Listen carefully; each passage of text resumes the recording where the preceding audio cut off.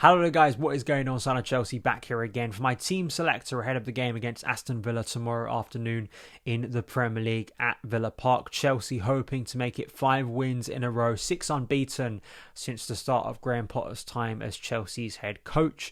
Hoping to sort of capitalise once again as we did with another Midlands-based team. Wolves last week, their sort of poor form recently and growing pressure on Steven Gerrard at Aston Villa. In today's preview, we're going to be looking at their recent form, what's going wrong for Steven Gerrard, the threats that Chelsea are going to be coming up against tomorrow, and then of course going into team news and sort of my predicted lineup and thoughts ahead of the game tomorrow. Before we get into any of that good stuff, I want to ask you guys, if you haven't already, hit that subscribe button and a notification bell so you don't miss any of the uploads on the channel. Also do me a massive favour, if you are enjoying the content, hit that like button because it helps new people find the channel as well. So as I said, Chelsea hoping to remain 6 unbeaten under Graham Potter, hoping to make it 5 wins in a row in all competitions, 4 in a row in the Premier League. The first time if we do win tomorrow since I think it was like mid-March, like nearly early April time.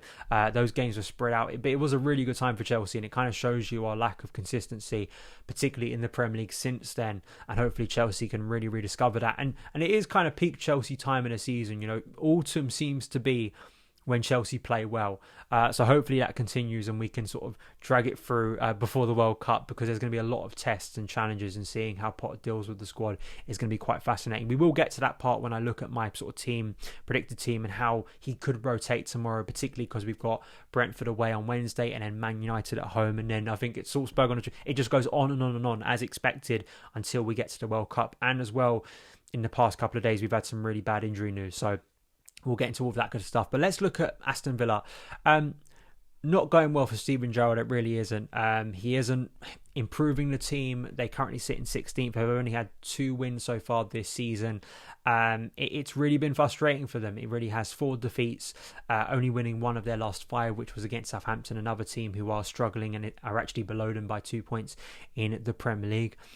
Reading about Aston Villa and listening to their fans, and what's been frustrating is, I think for them, is a lack of an identity, something to really cling on to with Gerrard. There is a sense that he is quite cold, maybe a little bit distant, and his teams aren't playing and his team currently, of course, Aston Villa, is not playing a brand of football to really get inspired by for those set of supporters. And listen, I think that he is under pressure to improve, because part of the justification a year ago for sacking Dean Smith, a very popular coach at that club, and someone who at the time, despite of course I think he was going through a really bad run, had got the team up from the Championship, had stabilised them, kept them in the Premier League, and then, at least from his second season, had seen some improvement, and it felt like that club was going in a positive direction.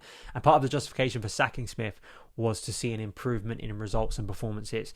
And I don't think, just as an outsider, I may be wrong, I have not seen an improvement from Aston Villa. I don't feel they're in a better position now than they were, say, 12, 15, 18 months ago with Dean Smith. I really don't.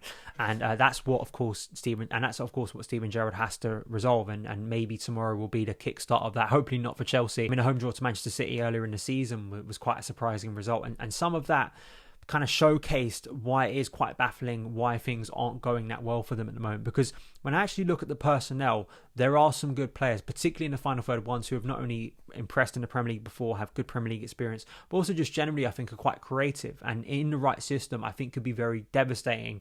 But it doesn't seem like Gerrard is finding the right formula at the moment for a variety of reasons. I mean, he has had bad luck that 2 of his big signings over the summer, Diego Carlos and Boubacar Kamara, both got injured over pre-season, or at least in the early weeks of the season, which is obviously hurt his plans to really inject new energy and life into this team.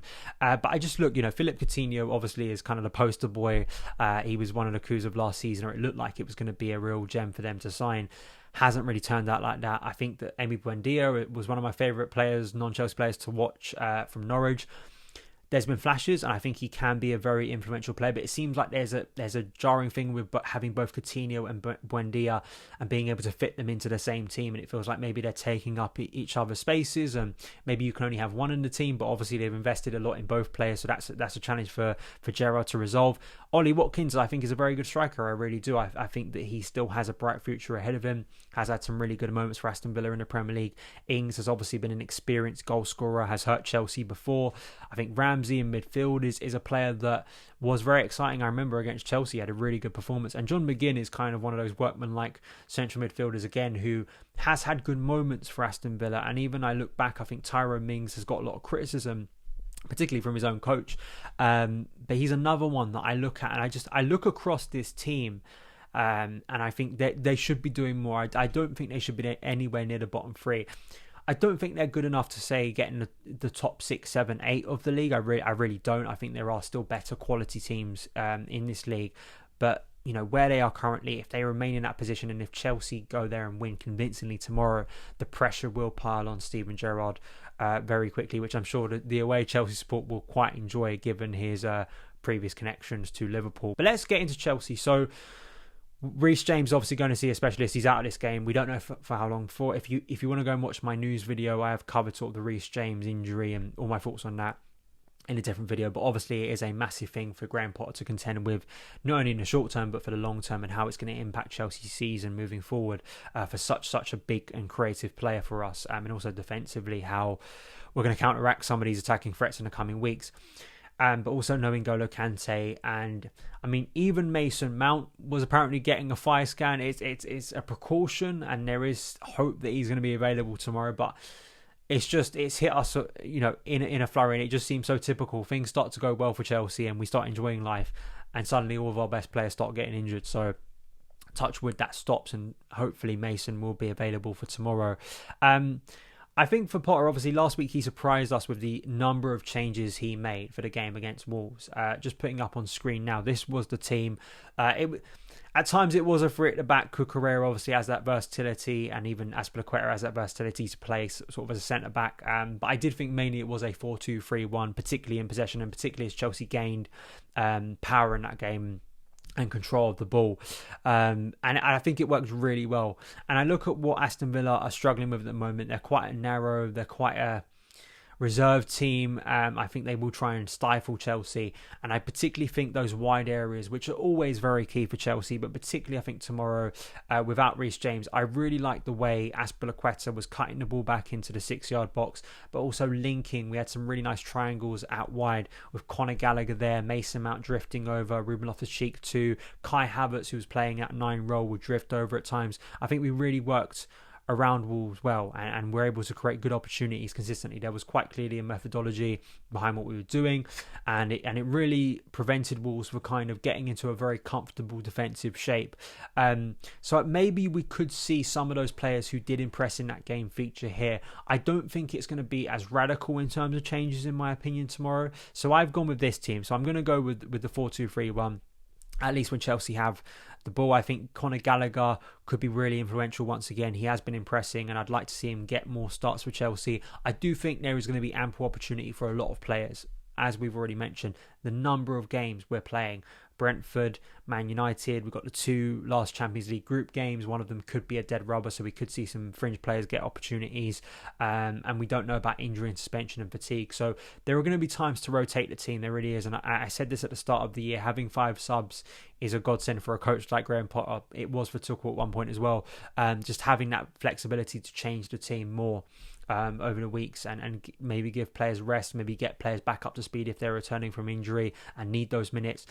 So as you can see here, Kepa remains in goal. He's kept, 3 clean sheets in a row, going to be full of confidence. He looks like the number one, and he's really helping Chelsea also in possession of not only passing round opposing presses, but also sometimes Neuer-esque, running up and cutting out a long ball over the top, which you could see Aston Villa try if they're really under pressure tomorrow. That's key for Chelsea, maintaining sort of dominance in a game.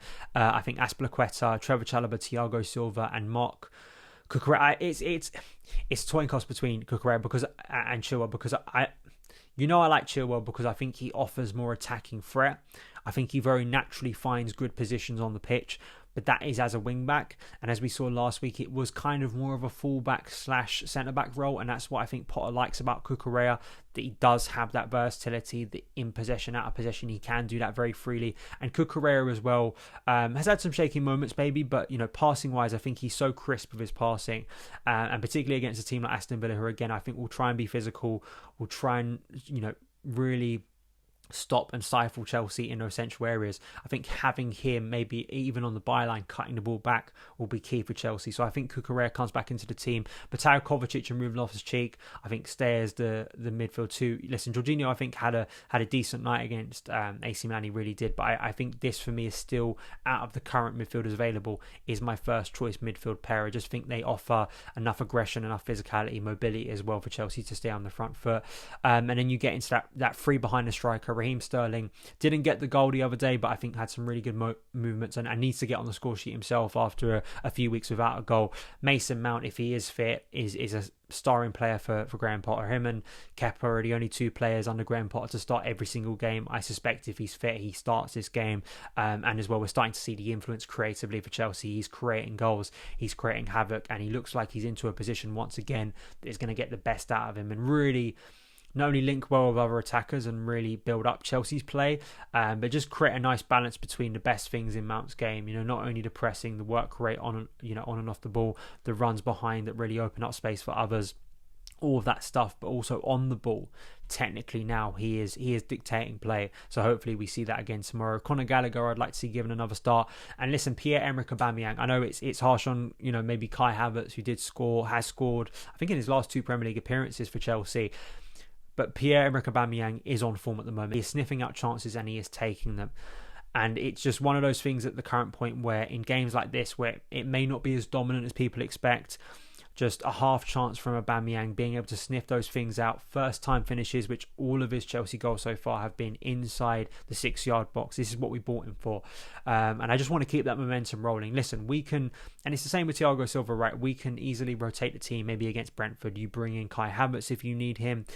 You bring back maybe Kalidou Koulibaly if he doesn't play tomorrow.